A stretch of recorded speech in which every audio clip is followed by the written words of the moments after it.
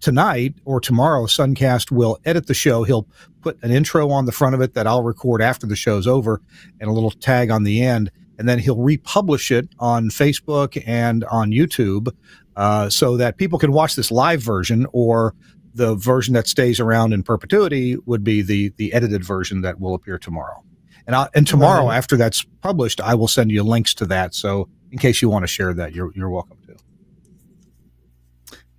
Now, as far as the live version, we have a scheme, or I have a scheme. What I do is Suncast posts it on the Facebook page for his network, the GFQ network, and then I repost that to several places. Basically, if you're a broadcast engineer on Facebook, you can't avoid the show. That's my distribution philosophy. You can't avoid the show. Fair and enough. looks like we're streaming. Thank you, Suncast. Excellent. Let me share. This will take me just a minute, gentlemen, to share this out to the places that it goes. Mm-hmm. Mm-hmm.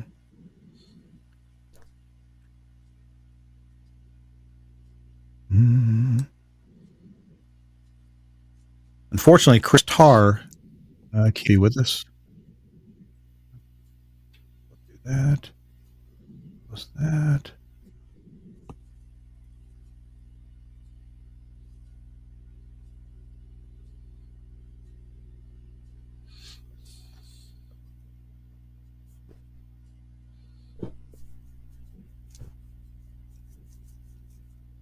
And I got one more place to share it to, maybe.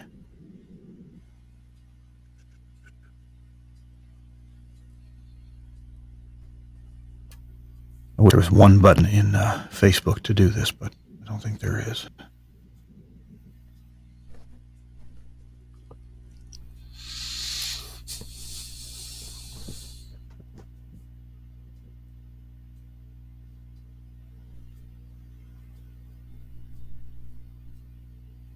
And I think that's enough. That's got it out to most places.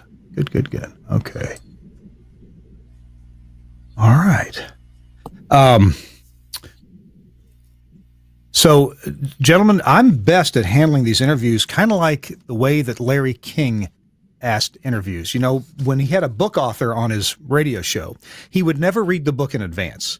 His first question was always, so, Mr. Keene, Mr. Hirschberger, what's this study about? He would say, what's this book about? And so get you basically to tell the story because you're much better at it than I'm going to be. Although I'll certainly have some follow-up questions. And John and Dave, when we're ready for some graphics and pictures, we'll call those out. Also in the format of the show, just in the first couple minutes, we do some introductions, we get started, and then I do an early commercial, and then we get into the meat of the show for a good 15 minutes before it's time for the next commercial. So somebody's got to make money here. That's a fair journalistic question. Let's see. All right, Suncast, are you ready? Okay. Well, I guess I am too. It's top of the hour, so all the lights are on. The only thing's not working is the meters, and again, that's my fault. For those of you watching live on the network, this part will get edited off. But I stole the power supply for these units, which were turning this mic into live wire. And I got to go find the power supplies, and I just haven't done that yet. Before you start, Kirk, yeah. I'll just mention I did send a PDF of that test plan for the next step, and maybe Suncast, if he got that, could. That's the one that's only like exactly. It's like that one, 5-6 pages exactly. Yeah. So good to have that one handy in the background if we get to it toward the end. Okay, if we get toward the end, we will jump into it then. Okay. That'll be quite a while. All right.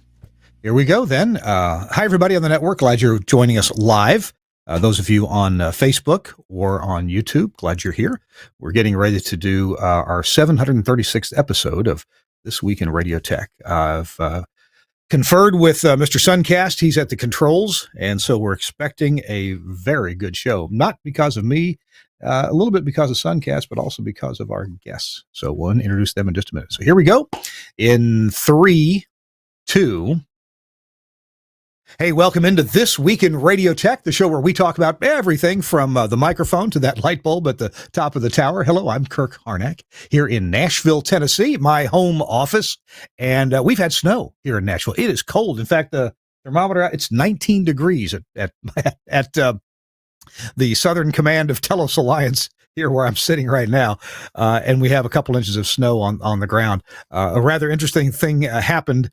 Yesterday, we had a fresh pack of snow and some ice on the driveway. And where I live, there are actually, there's a kind of a shared driveway, and there's 5 houses. And my neighbor, who's fairly new to the neighbor up the hill from me, thought he would attempt going down the steep shared driveway, and didn't work out so well for him. He ended up spinning around backwards, sliding backwards across my property, across my driveway, missed a tree by, I think he scraped the side of his Mercedes on the tree, and then went over some bushes into the neighbor's yard and came within millimeters of dumping the whole car over. Let's see. I'm not going to tell you his name. I'm not going to make fun of him. He was shocked and surprised. And let's see if we can get the picture up here. Come on now. There we go. Come on now. I just took this picture today. They were getting ready to pull his car out, but there's the guy's car, and the wheel is actually in the stairwell of my neighbor's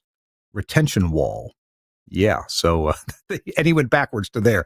That had to be scary. So that's what we're enjoying here in Nashville, where nobody knows how to drive in snow and ice. That's my story. I'm sticking to it. I'm here in the Telos Alliance studio.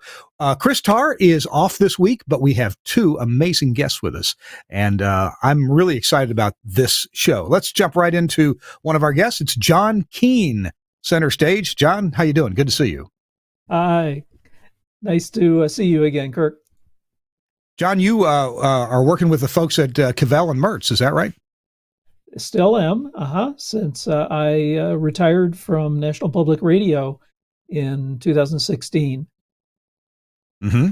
And we're gonna get to the reason why you're here in just a minute. Let's introduce our other guest, David Hirschberger. Dave, it's good to see you. How are you, sir? Okay, good to see you too, Kirk.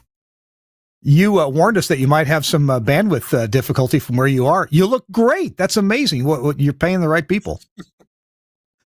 Well, thanks. Yeah, I'm on a fairly limited bandwidth because I'm out here in Tahoe National Forest, and our uplink speed is limited to 2 megabits.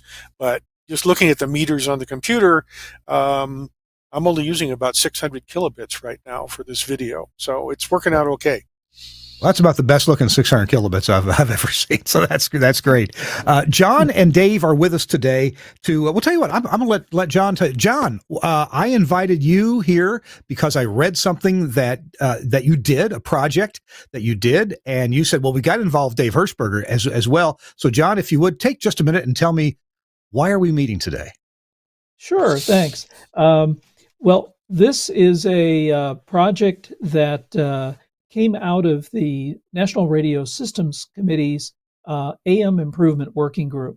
And since I joined it in, I think it was 2019, there was a lot of discussion about the noise in the AM band, a lot of woeful discussion. And that included on the roadway, which, as you know, is these days the majority of AM listening. It's in car on the road. And I said, I don't think it's so bad on the road. And they kind of went, oh, okay. And I said, well, maybe we should do a study on that. And of course they said, oh, you want to do a study? Great. And that took a few years, but it grew into this project, which I carried out in 2023. And Dave Hirschberger, who's on this chat, was a great help in scheming the ideas for the technical measurements. The point here was to measure RF environmental noise in the AM band, really answer the question, do we have very much noise in the AM band that would degrade reception? And along with that, we also measured AM signals. I can give you more detail on that later, but what we really wanted to find out is how good or bad is AM reception? That was the point of the study. And have some numbers to justify one's feelings, because if you don't notice Right. it, you don't know. Well, with FM or digital, you don't know how close to the cliff you are. With AM, we hear that in the background. But your experience, John, as you mentioned, was that, well, I don't really hear a lot of noise on the AM band in the car on the highway, right? That's right. And so that's a good point. An AM reception is more susceptible to this degradation from noise. So that was what we carried out. And we learned, I'll just give away the point that we actually learned that noise wasn't bad in the AM band and in some surprising areas, as we'll get into a bit later. We also learned that signal levels from stations are not what they're always predicted to be. And that was that. And I'll show you a pretty interesting slide toward the end that will illustrate that. So all around, it was a very productive study. And good deal. I'm excited to hear about that and to hear from Dave Hirschberg in just a moment. Right now, we're going to take just 1 minute and let you hear from a good friend of mine and someone that I've actually given a lot of money to because I'm a customer of Playout One and the folks at AIR, AIIR, and they not only make the Playout One automation software for broadcasters, but they do a lot of other services that help broadcasters in the social media area. So here's Ricky Lee to tell you about it. Hey, it's Kirk Harnack, and I'm here with Ricky Lee, the CEO of AIR. Ricky, you guys make a fantastic automation system, but streaming is a really big deal. Tell me about streaming with AIR. It really is. We've got a beautiful streaming platform with an incredible dashboard with fantastic analytics. And you can buy it for just $20 a month. All you can eat. No limits on bandwidth or bit rates. And you can also record shows as well. So if you like to deliver on-demand content for $20 a month, you can stream and deliver that on-demand content to an RSS feed that can feed your radio player, your mobile apps, or a podcast that people can download and enjoy. Now, $20 a month, that must be for just some slow MP3, right? No, MP3, AAC, and we also now support HLS, which is big in the industry right now. Wow, that's pretty amazing. How do I start to explore or find out more about streaming through AIR? You go to air.com, AIIR.com/streaming, and from there, with a credit card, you can sign up and get started. Lots to find out about at air.com, AIIR.com. And I really appreciate Ricky and the whole AIR group being sponsors here on This Week in Radio Tech. We'll have more interesting things from Ricky in the weeks to come. All right. It is Kirk Harnack on TWiRT, along with John Keene and Dave Hirschberger. All right. John, you and Dave, why don't you both together kind of describe how this, you've started how this got started when you said, okay, we're going to do a study. What were some of the decisions to be made? How are you surely you got together and said, how do you want to execute this? What would be the most reasonable way to gather data that's meaningful? That's exactly the case. And maybe we could bring up that slide number 2. With the diagram, okay. And that'll show you what Dave and I talked about as an approach to this. There we are, and what you see in blue down there is the heart of this. That is the receiver, which happens to be a software-defined receiver. Dave, I think you have one of the RSPDX receivers made by SDR Play as well as me, right? Yes, I do. And here's mine. This is the receiver that was used, one receiver like this. It wasn't this particular receiver. This was mine. John also has one, and John's receiver was the one that was used for the testing. But it's very versatile. It goes up to 2 gigahertz. And the nicest thing about it for us is that it can record the entire AM broadcast band at once. And so we can just We don't have to tune to a particular station or choose the stations we want to monitor ahead of time. We just record the entire AM broadcast band, and in fact, we chose the stations to monitor after the fact based on what the reception quality was like. So that's the little black box, and it works very well. And this is an box improved is. version of the. I It's an found the improved SDR version Plus of, software, but what is the brand of? How is the box obtained? I see the software online. yeah. It's a British company. Go ahead, Dave. Yeah, it's a British company, and the name of the company is our SDR Play, I believe. And Correct. the U.S. distributor for these receivers is Ham Radio Outlet, HRO.com. hamradiooutlet.com is the website. Yeah. And this one lists for about $250, but over the holiday times you can see it discounted for quite a bit less, like 150, Okay. 175 or so. So yeah, Okay. probably does the all of job. us And are this familiar with. says, Sorry, Dave. I think I stepped on you. oh, yeah, we have a time delay here. And so it's an improved version of this earlier receiver. This is the RSP-1A, and this is pretty popular too. But the RSPDX has improved dynamic range, particularly at lower frequencies, including the AM broadcast band. So this was the one to use for the AM study. Gotcha. Okay. So Over.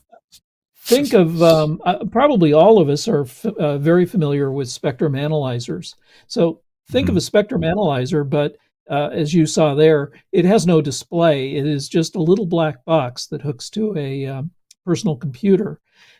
And its advantage is that it can, as Dave said, can capture and digitize the entire AM band. In fact, about 2 megahertz of bandwidth continuously in, I believe it's 14-bit depth. So it is a kind of a super spectrum analyzer, and it allows us to save all of that data to the computer and then later play it back and even analyze it. We can even play back audio from any given frequency. In other words, we can make it like a radio that is playing back in the past. And so it gave us a great deal of data to work with. Some of the other important parts of the study is you'll notice a little monopole antenna in the upper left corner connected to a box. That is on the roof of the measurement vehicle.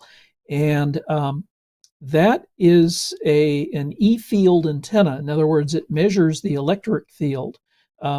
Those of you who've worked in AM measurement may have gone out in the field and had to do measurements of field strength from the transmitter site at relatively close distances to ensure that the antenna system is radiating properly. That is an H-field antenna that you use on those meters, like the Potomac Instruments FIM 41. In this case, it's an electric field antenna, and that is important because that's the type of antenna that most cars use. And thanks for putting the picture up. As you see here, that's the antenna on the roof of the vehicle, that little white box, and that then feeds into the car. And that is connected through a switching system to the software-defined receiver. Also in that diagram, and we don't have to go back to it, there's a little reference oscillator which put a pilot tone on the SDR Play file, which gave us a fixed level reference, which was important to ensure that later we could play everything back and trust the values, the field strength values we were measuring. So in that photo, did you have a question there, Kirk? No, I think that was pretty smart to have a reference. You say tone, was it actually a reference carrier somewhere in or near the AM band? Carrier at about, And I think it was like 1720 kilohertz, or no, 1620, I think, Dave. 1620 kilohertz. No, it was 1715. Oh, okay. I was closer the first time. And that just sat there providing a fixed reference, which was important. So in that photo of the vehicle, Mhm. you'll see a fellow standing behind the car. He's not trying to take a picture of the car or break in. That is actually Tom King, of Ah. well known Mhm. from Kintronic Labs. And Tom is holding up his FIM 41, uh, and he's taking a field strength measurement on an AM station. We did that on several different stations in order to calibrate the roof mounted E field antenna to the H field meter.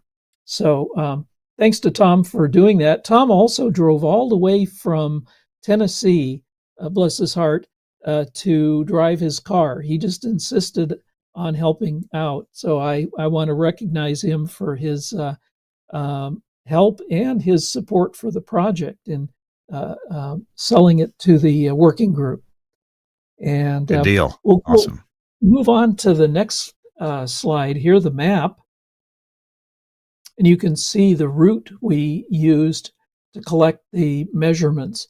We started over to the west in that center left side of the picture near Germantown, Maryland, and you see a dark green line. That was marked as the rural part of the route. We were generally far from buildings and gave us an environment that I classified as rural. We then turned east on that lighter green area, which I called rural suburban. So the idea here was to capture a variety of environments all the way to the east and through one of the biggest cities in the country, downtown Baltimore, Maryland, which has some skyscrapers. And that gave us an opportunity to not only measure noise levels in different environments, but also what happens to the field strengths of the three stations that we measured. You can see Mm. those three stations with little red dots next to their call signs. So you see at the Oh top yeah. Yeah. WCBM and WBAL, and down at the bottom Mhm. is well, it says WTOP. That's curious. Should be WFED, sorry. Okay. And that's at 1500 kilohertz. These are all 50 kilowatt clear channel stations. And those were chosen to cover the low part of the band. WCBM is at 680 kilohertz, WBAL at 1090, and then WFED at 1500. And we picked the route in part to stay far enough from these stations to avoid any overloading from Mhm. these stations on the measurement system. And you'll see why in a bit here. We can move to the next slide. Thank you. And here's the same route, now in dark red, along with field strengths of those stations. And they're color coded according to the colors of the call signs. So Oh yeah. WBAL, for example, is in gray. Wherever you see the Mhm. gray contours, like the 5 and 10 millivolt per meter contours, that's its contour.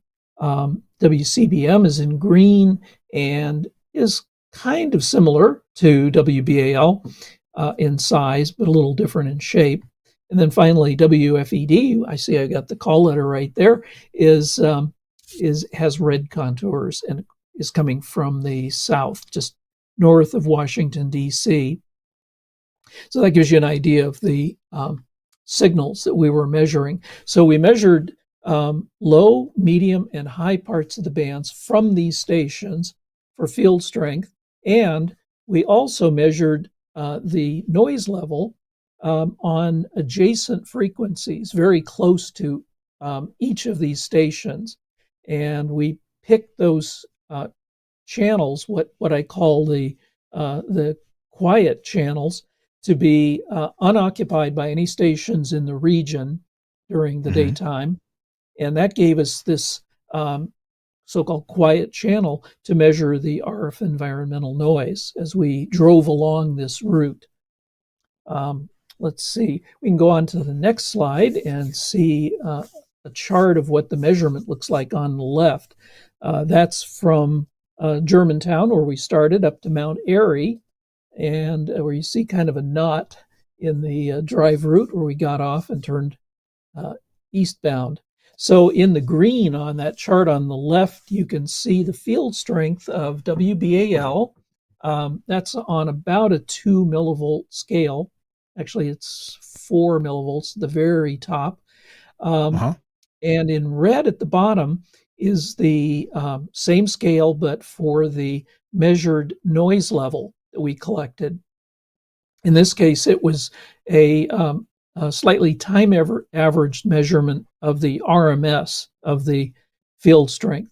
So you can actually tell what the signal to noise ratio would be by looking at the difference in height between the green contour, the station signal, and that adjacent quiet channel in red. Obviously, we can't measure the noise on the same channel that's broadcasting, but they were so close that we could treat them that way. I added one of a number of maps on the report, which is about 60 pages on the right. In this case, I took the same route and overlaid it on a map, along with a color coding according to the field strength.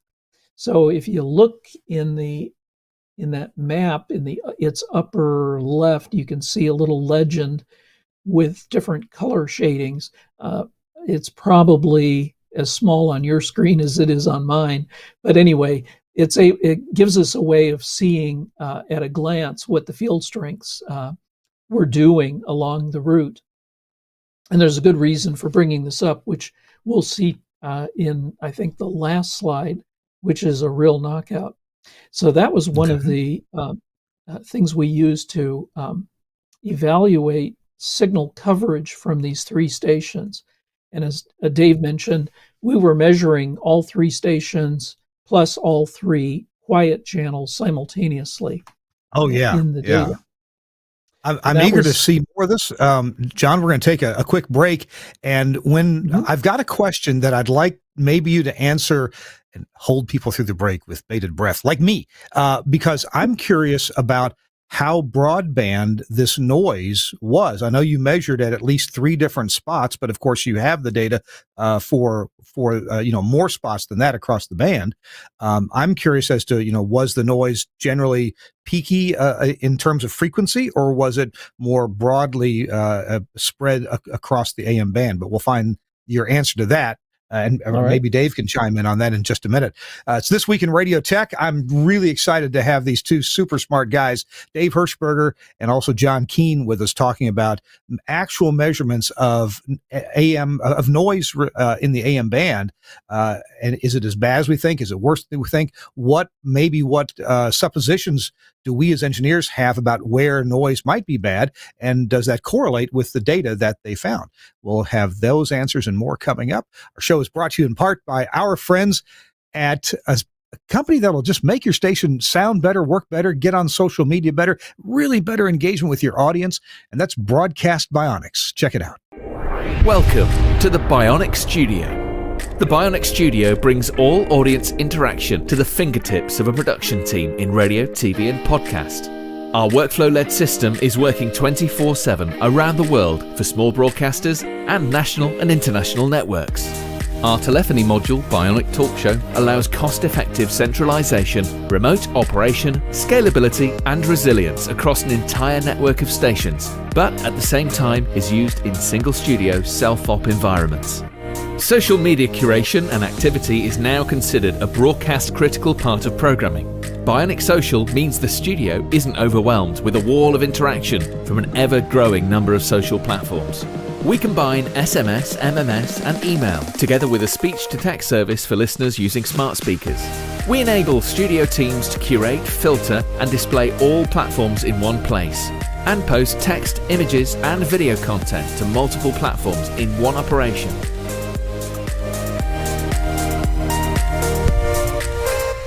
Effortless collection of video content with Bionic Director has helped position some of the world's most successful stations as leaders in viral content, generating appointments to listen and free marketing via retweets and shares. Bionic Contest enables end-to-end tracking of on-air competitions, live reads, and prizes. These could be on-air contests, automated SMS entry, or online. Anywhere, and Skype TX for Radio brings high-quality audio and video contribution into the studio with ease. No need for dedicated PCs to run different applications. Everything is controlled within the Bionic Studio UI, and incoming connections are visible to users along with all other platforms. Our codec integration enables connection, algorithm configuration, and directory to a wide range of IP and ISDN codecs. The Bionic Studio, a unique suite of products designed to enable your talent to work smarter.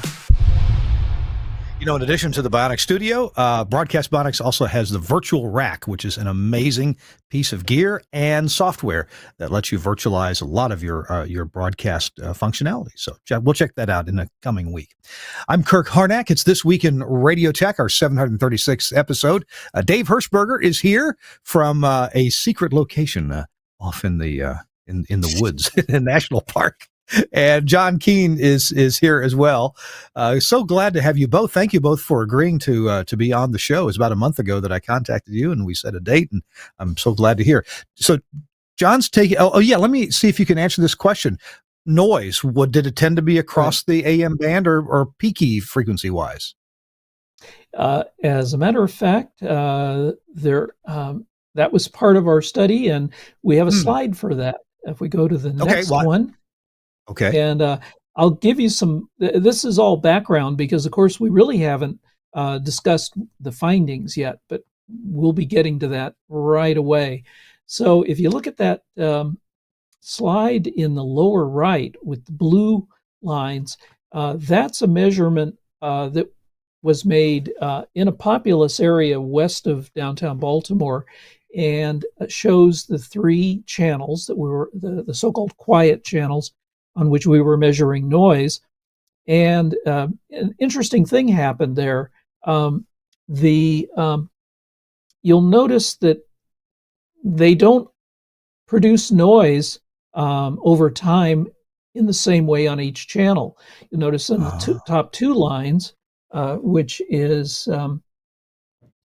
the highest frequency station and the mid frequency, that there's a burst a short while in, but you don't see that evident on the bottom channel.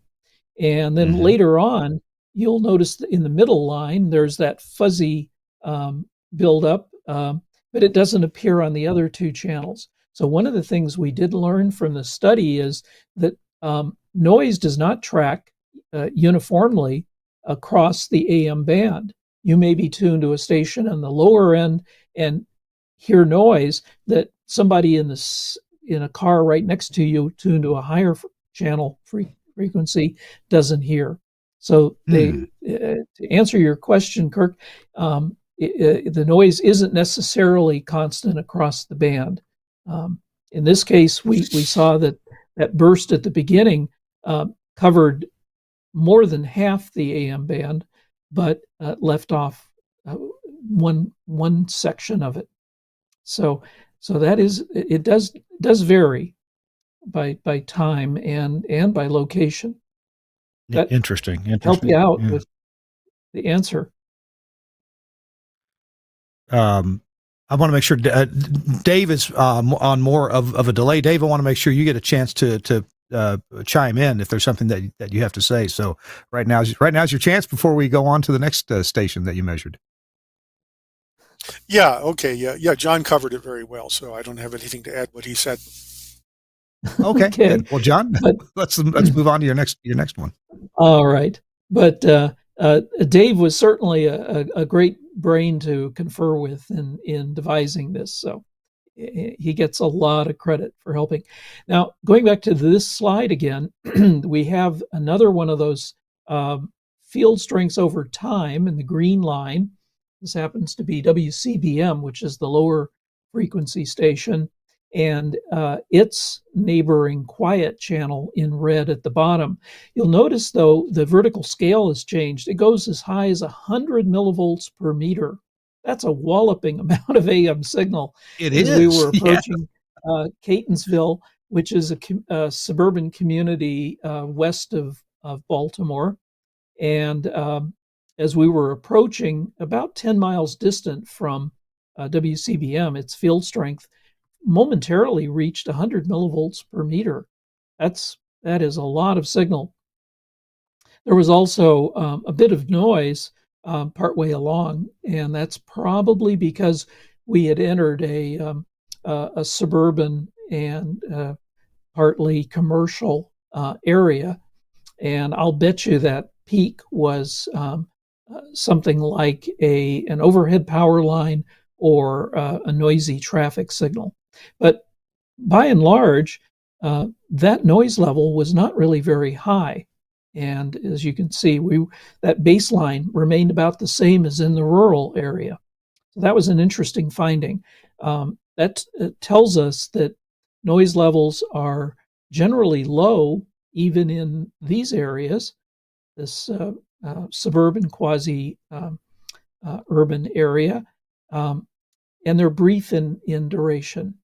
Now, the two little graphs at the top are based on more of our data processing, and this was to understand not just the time averaged RMS noise level that you see in red on the graph, that those blue vertical lines are a frequency of occurrence distribution, telling us about very brief signals of noise and how often they occurred over this route segment from Ellicott City to Catonsville. And you'll notice that the distribution of the 555 kilohertz quiet channel chart it extends pretty far to the right. So that's telling us that we have a lot of noise occurrences at higher peak noise levels still occurring in that lower frequency channel. Compare that to the one on the right at 1625 kilohertz. That one has peaks at lower amplitude to the right at about the same height, but they trail out sooner. That's telling us generally that the higher in frequency you go in the AM band, the lower the noise levels. And that was true of both RMS noise levels as well as peak noise levels. So is that what your gut would have told you before you got these numbers? Would you have thought that? Yeah, to some extent, I would have expected noise levels to be lower. Would you agree, Dave? Yeah, certainly. Yeah, the lower you go, and even below, when you go below the AM broadcast band, the noise continues to go up. At least the atmospheric noise. And when you get down to VLF, it's really bad. Right. So the higher in the AM band you go, generally the lower the noise floor and the lower the occurrences of peak noise. But the trade-off is that signal propagation, ground waves at medium wave, aren't as efficient as at the lower end of the band. So it all kind of works out as a trade-off. You get more signal coverage per watt at the lower end of the band, but you get more noise. So no one really wins out on that too well, depending on frequency. Let's go to the next slide, please. And now we've moved farther east, and we're just in the area west of downtown Baltimore. So this is medium rise territory. Most of the buildings are 2 stories. And we found the noise level, in this case, again for WCBM at 550, and its noise channel at 555 kilohertz, to be quite low. But look at that big spike over to the right. Well, there's a photo of what the culprit is here. There is a light rail system on H Street in Baltimore, in the crossing West Mulberry Street, and when we passed under that, we got a huge spike of noise, and that was the overhead line, the catenary that supplies power to those light rail cars. But again, it was a fairly brief occurrence, and all the rest of the noise is remarkably low here. In fact, it looks even lower than we saw in the suburban area. The field strength for WCBM remained pretty high. You can see briefly again, it peaked to 100 millivolts per meter. That was an elevated part of the roadway, and we did find from the measurements that when you got on elevated roadways, AM field strengths rose. If you got into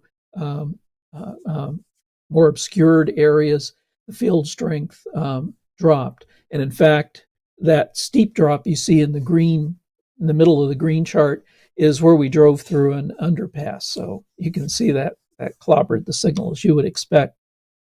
And let's see, let's go on to the next slide. And this is where we really get some of the payoff from these measurements. If you look at the chart on the left, we're still in a 100 millivolt per meter vertical scale, but the field strengths in this area were very, very low. We're looking at field strengths of maybe around a couple of millivolts per meter, dropping to below a millivolt per meter. This is on the part of the route in the map you see to the right, where we were driving east and we turned the corner from Mulberry Street onto St. Paul Street and headed south. At that point, we were heading toward the downtown area with big skyscraper buildings in Baltimore. This was part of the route that I chose specifically to find out what happens to AM field strengths. Now, this is where the color coding really can help you out. You'll notice that the field strengths are pretty decent before we turn the corner off of Mulberry Street. And as soon as we go around the corner a few hundred feet, it begins dropping rapidly and changing from green to yellow and then into red. Red, if you could read the legend, which is practically invisible, means that red is under 1 millivolt per meter. And that's borne out by the field strengths we see toward the middle of the chart to the left.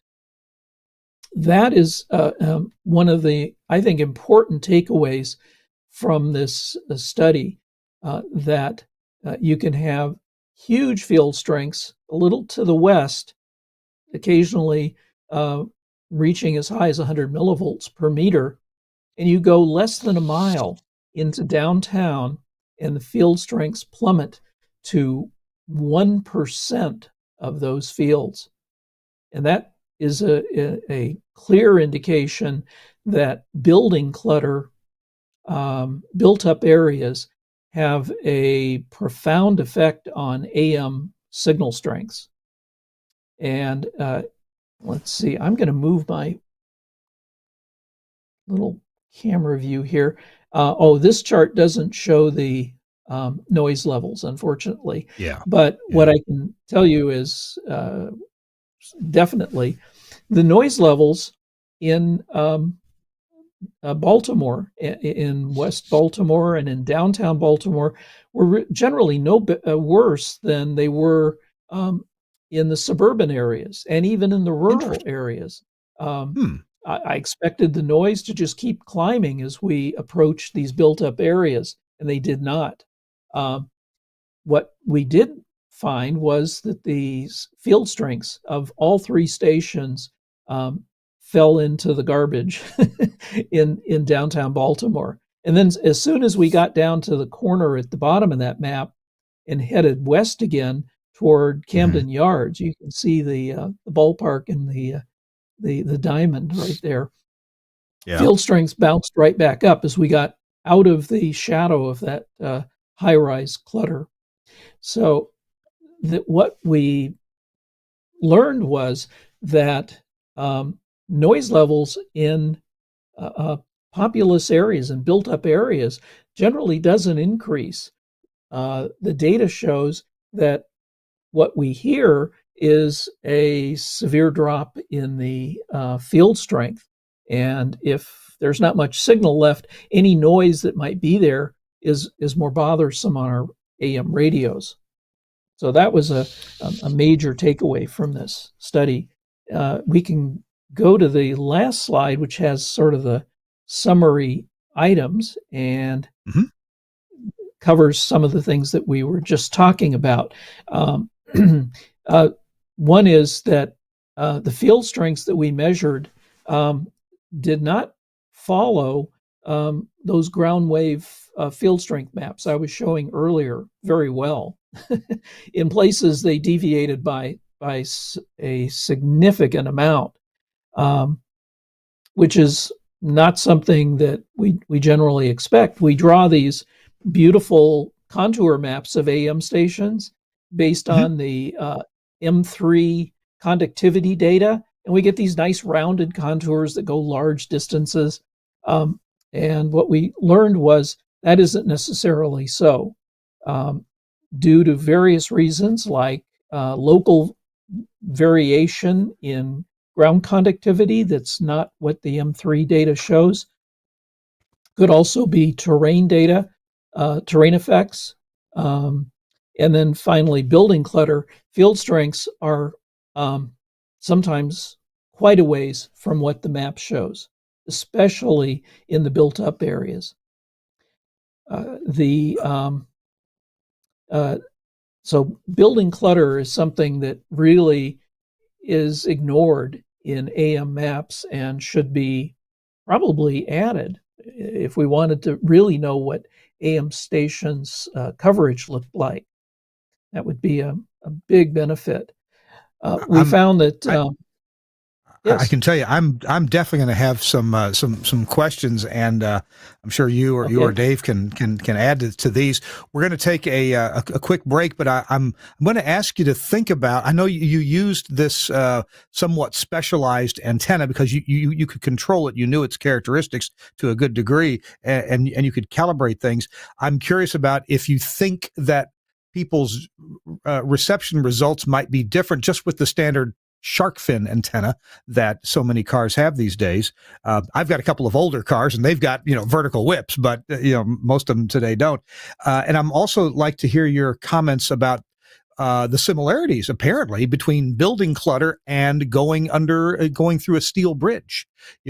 Stephen Wright for years had this joke where he would say, I have a friend who's a disc jockey. Whenever we go under a bridge, you can't hear what he's saying. So we're all used to that. You go through a steel structure. I'd like to hear about that and a lot of your other thoughts about noise, and maybe noise versus in the home versus out on the highway. I've got a couple observations of my own that I'd like to pass by you. So it's This Week in Radio Tech. Dave Hirschberger and John Keene are our guests. I'm Kirk Harnack, and our show is brought to you in part by our friends at Angry Audio. As they say, don't get mad, get angry, and your problems will get solved. Angry Audio has this audio console that they'd like me to tell you about. It's an analog audio console, but man, I don't know if you've seen one quite this nice before. This is an 8-fader console, 8-fader analog console, and then the 2 extra faders are for your monitor volume and your headphone volume. This thing is absolutely built. I got a sneak peek at this thing literally a year and a half ago, and Catfish, Mike Dosh, the fellow who owns Angry Audio, asked me to open it up, take it apart, and have a look inside. This is heavy duty. It is so well built. This is going to last longer, well, This is going to last longer than your radio career. I'm telling you that. You'll retire before you wear this thing out. The buttons are all avionics grade buttons. They are high quality. The faders are also they're the best you can buy. And this thing is heavy. It's steel. It's a steel case, and it just feels good. It's not going anywhere on the desk. No, it's just going to sit right there and let you work it. The inputs on the back are XLR connectors for the mics and Studio Hub RJ45 connectors for the line inputs and outputs. It has, of course, a mix-minus bus for your telephone hybrid, a mix-minus bus for your codec. The mic preamps are just super quiet. Mike Dosh knows how to design high-quality audio electronics. He's been doing it for years and years, and starting his career with audio consoles at PRNE, and you know how good those things were. So check it out at angryaudio.com. This Week in Radio Tech is also brought to you by Max Connect, and they have a device that, I'm telling you need. Max Connect makes this box called the U.192. Now, what is it? Well, more and more radio stations are implementing a software-based FM audio processor for their FM and also maybe for their HD1. And these are pretty cool, like Omnia SST, Stereo Tool, Breakaway One. These run typically in a Windows environment. And the one problem is there's no computer in the world that's got a BNC 192 kilohertz sampled output. Yeah, some audio boards may claim 192 kilohertz, but let me tell you, what you need for broadcast is ruler flat and phase linear across the whole spectrum up to 192 kilohertz. In other words, that MPX signal is a little bit fragile, and you want it to be treated exactly right. Well, that's what the U192 does. And it's bidirectional. Now, it only puts out on the composite outputs, but if you need to bring your analog audio in or your AES-EBU audio in this way, you can do it. It's USB connected to your computer that's running your FM software. Again, whether that's Omnia SST, Stereo Tool, Breakaway One, one of those. And so you can get audio in at high quality. You can also get the multiplex composite signal out super high quality with the U.192 USB interface. This is the brainchild of Josh Bone over at Max Connect. And of course, he tapped Mike Dosh over at Angry Audio to design and build it. So you know the quality is there. It's heavy duty. It's got a great case, steel case. And it has the few little options that you need to select what's going on, and it's rock solid. Check it out if you would at Max Connect, MAXXKONNECT.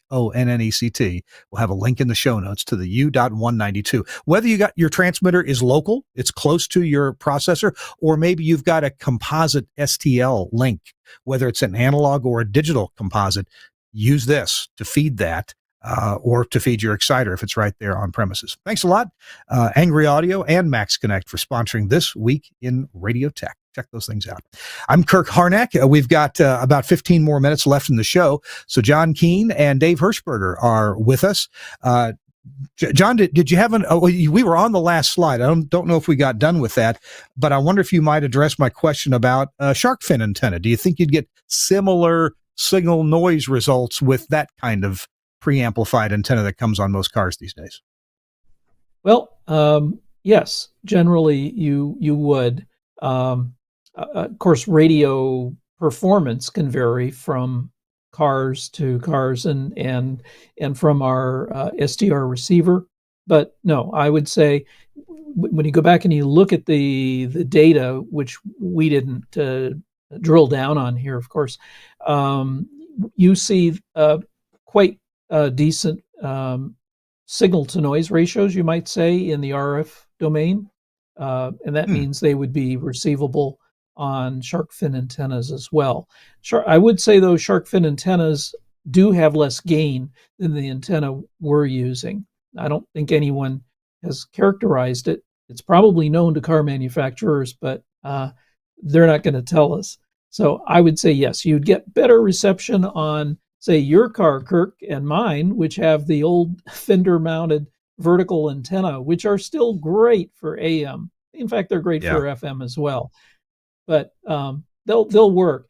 It's the noise that really starts to degrade AM reception, and that's probably one of the important takeaways from our talk here, is that we found and demonstrated that field strengths can fall substantially.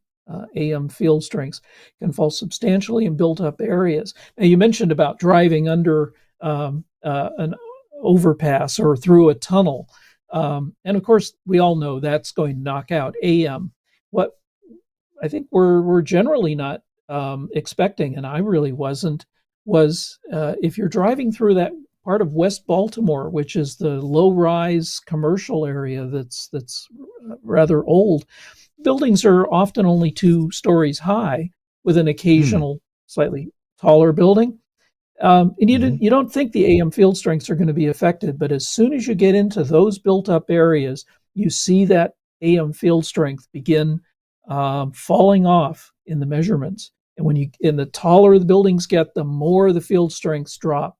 So what we have with all AM stations that have transmitter sites located out in the suburbs, or maybe even out in rural areas, WBAL and WCBM are definitely out in rural areas, 10 to 12 miles northwest of downtown Baltimore.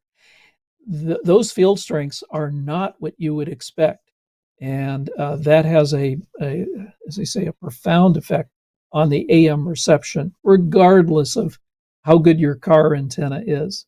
And that may lead us to a bit of talk here about the last thing that we could get to, and that is, because we know that AM signals are so significantly affected by built-up areas, AM stations are losing listeners. They can't reach in the most populous areas of their market when their transmitter site is maybe 10 miles away.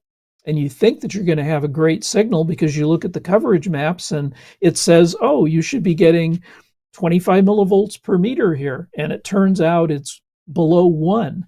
Well, that was an important takeaway from this study, and it really surprised me in the amount of effect it had. Would you agree, Dave?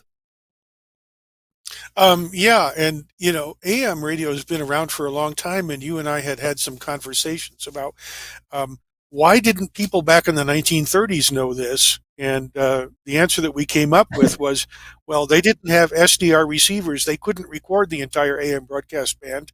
And what are they going to do? Go out with a strip chart recorder and listen to just one station? And they probably could have done it that way, but nobody did.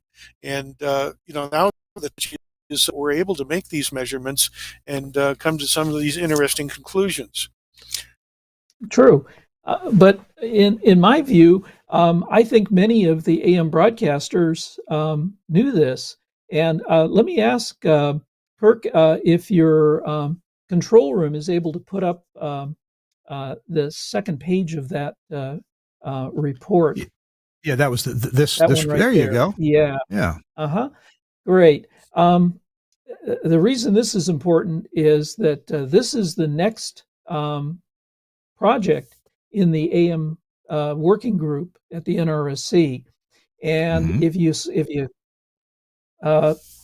scroll the page up a bit so you can see the photograph, other direction. There we go. That's a photograph, I believe, from 1927 or 28, a century ago, effectively, of WBZ AM in Boston. They knew that they had coverage problems in the city of Boston from their primary transmitter site as soon as they went on the air in the early 20s. And what did they do? They built a single frequency network so they could create a second transmitter that repeated the exact signal transmitted by the primary transmitter. And that's a photograph of the single frequency network transmitter. It looks pretty quaint by today's standards. You see equipment sitting on tables, and lots of wood panels containing meters. But here it was a century ago, they already recognized that problem with field strengths being severely attenuated in populous areas, the built-up areas, they call them. And that's the genesis of the next project. And that document you just saw there is where we're going to do parameter measurement on AM multipath, because when you have a primary transmitter and a secondary transmitter located miles and miles apart, you have time of arrival differences based on the receiving locations in the area, as well as differences in field strength. And the question is, what is the effect of that time differential and field strength differential on receivers? And that has not been well documented for many years. We're going to be conducting measurements right here in my house. As a matter of fact, in my shop downstairs, I have a Hewlett-Packard RF channel simulator that Gary Cavell bought for me in order to create those time differentials very precisely, so we can offset times of arrival as well as change the field strengths, so we can then feed that to a receiver with real program audio and then record the results. And then after the recordings are made, we'll do a listener test, kind of a controlled listener test, to have people rate the quality of reception. And then I'll be able to put that into a matrix and use that matrix data to predict what is the multipath effect if I were to build a single frequency network booster over here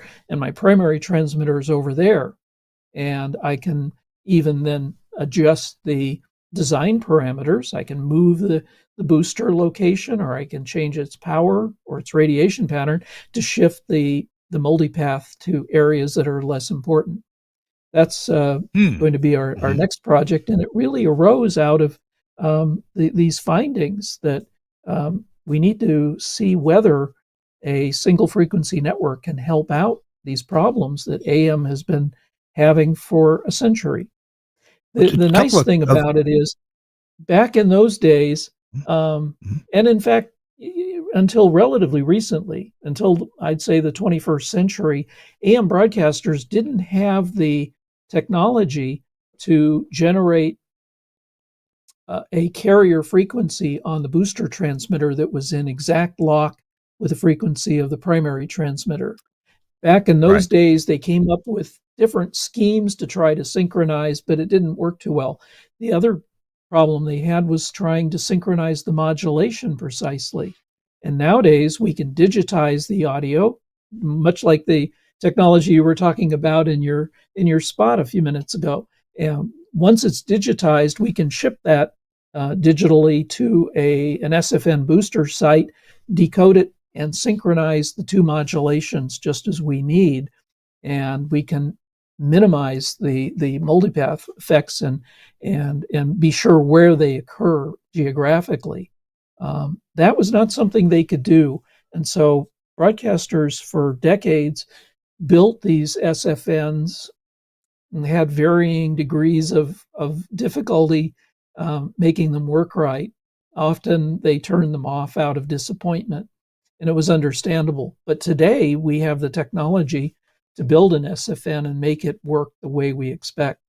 That's what we're going to be doing in our next tests, so that we can design them or determine how well the designs work in any given station.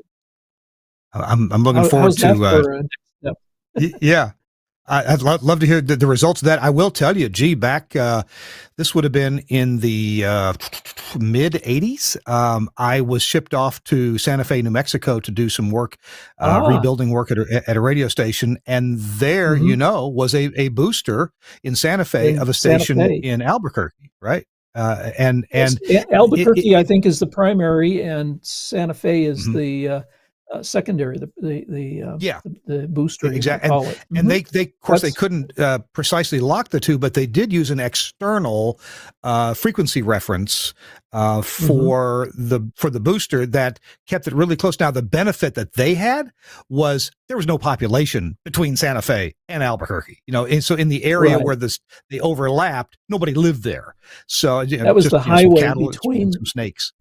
Yeah. Exactly. Yeah. Kind of the middle of nowhere along the highway.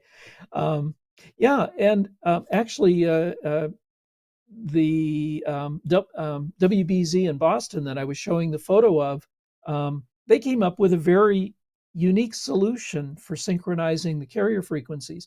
They divided down the crystal oscillator of the primary station to about 19 kilohertz, I believe, and they figured out a way to transmit it over the open wire telephone lines to the booster transmitter on the other side of Boston.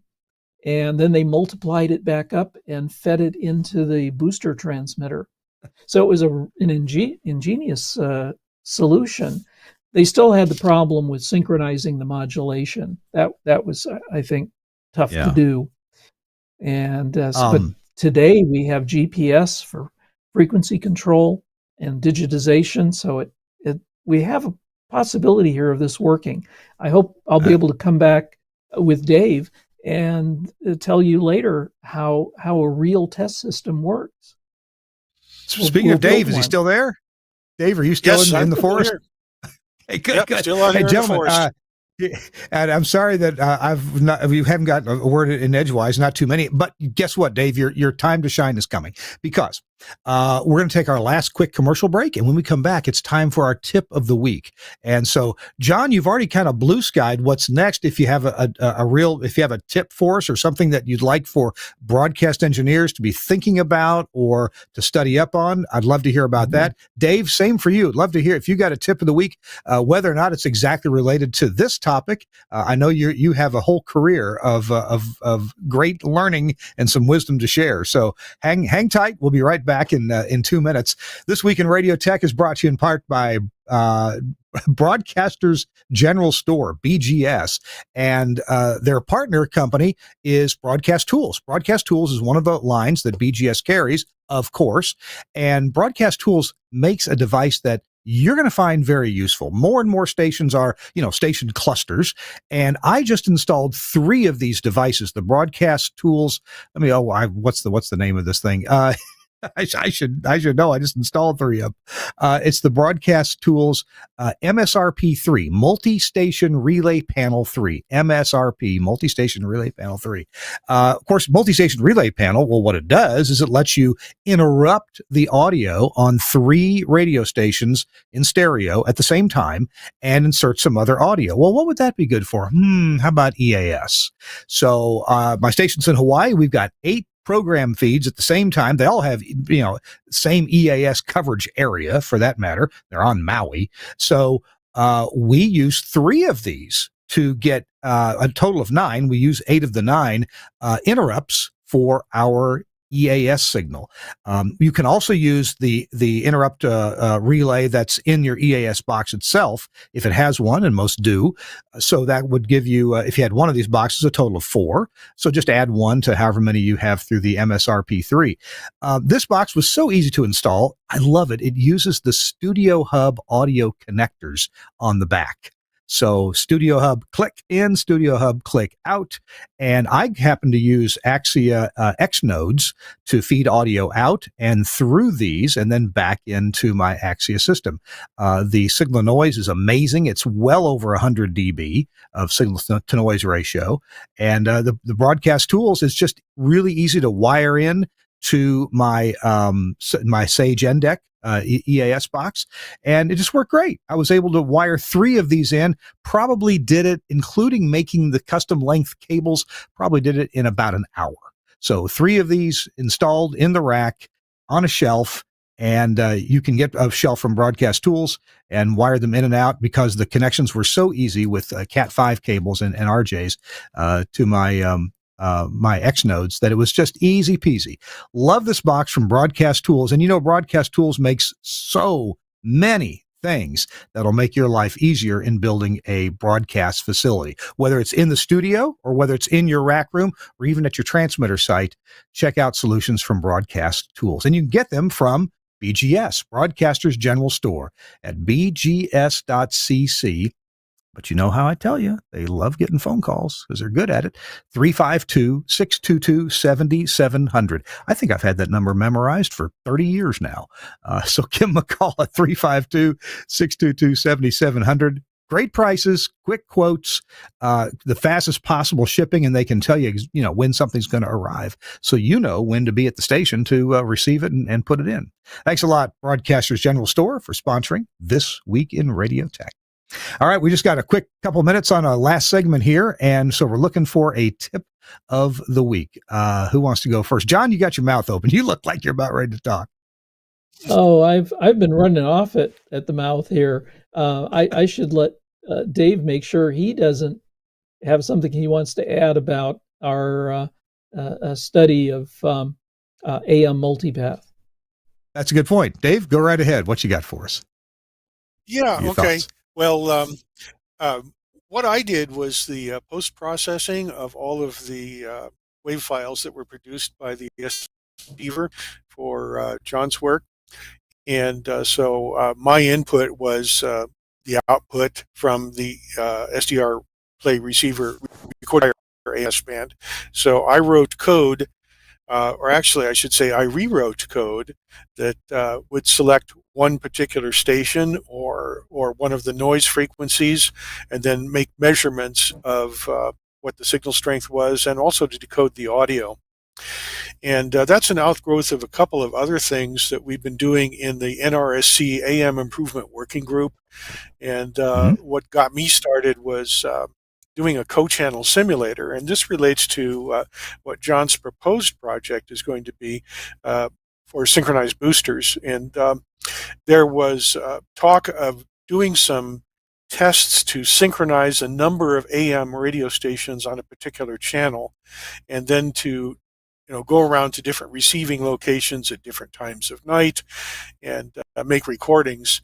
And I started thinking about that and thought, well, it would probably be a whole lot easier and a lot faster to do this in software.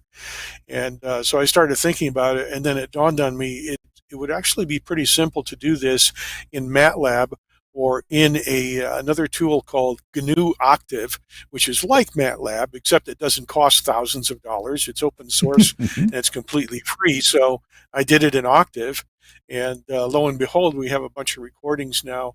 And the source code is published, and it's on GitHub. Anybody can go get it and run simulations of, what would it sound like on this channel if we had a desired to undesired ratio of 3 dB, and what would a receiver sound like? And that led to another project that we're doing in AIWG, which is advanced receiver techniques. And what I want to do, and what's in process now, is making a receiver that can make decisions about what kind of demodulation technique to use and what kind of interference rejection techniques to use. And one of the examples that Mark Persons came up with is there's a situation near where he lives where two stations on, I believe, 920 and 930 are exactly the same signal strength close to his house. So he recorded those off the air with another SDR play receiver, and I wrote code that would take the output from the SDR play receiver and separate these two stations by doing single sideband reception of one, receiving the sideband only on the opposite side from the interfering signal on the adjacent channel. And guess what? You can get 10 kilohertz audio doing that, and it sounds pretty good. So we're having a lot of fun with AM stuff and the AIWG. That's about all I have. Cool. I'll put links to that where I can in the show notes. John, you have a final thought? Yeah. So I think you were asking, and I'll say that we shouldn't rush out and build a single frequency network for AM, even though they used to exist.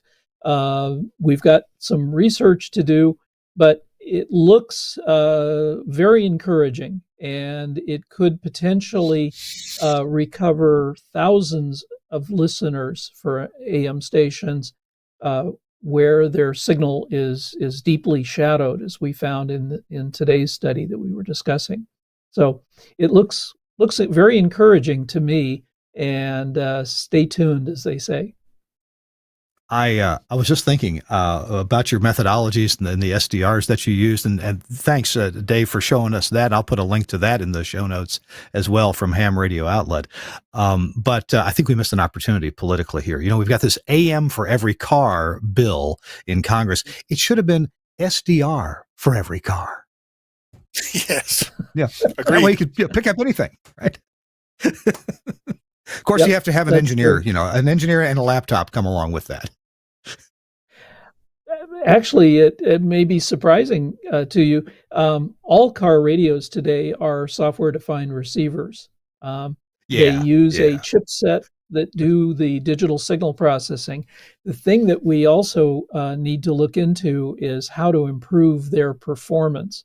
A lot of the megaflops, as the manufacturers call it, are being used for FM, but they're not using it on the AM. And it's only because the license for that processing may cost a nickel or a dime for the manufacturer to turn it on or to put it into the chip. So they are just squeezing that little bit of money out, and they're degrading the potential performance of AM. So that's something we hope to look into here soon. Gentlemen, we have pushed my producer, Suncast, well into overtime, so we're going to have to go. I appreciate so much both of you being with us, John Keene and also Dave Hirschberger. We'll have show notes on the show and invite you back again after you look at more into this single frequency network. But we got to go. Suncast, thank you so much for your work in putting this show together and being quick with the graphics. Really appreciate you. And those of you who watch this on YouTube, be sure you hit like and subscribe. Thank you very much. Love to make you aware when we have new episodes come out, usually every week on Friday with the edited version. So thanks very much for supporting us and supporting all the advertisers. We'll see you next week on This Week in Radio Tech. Bye-bye.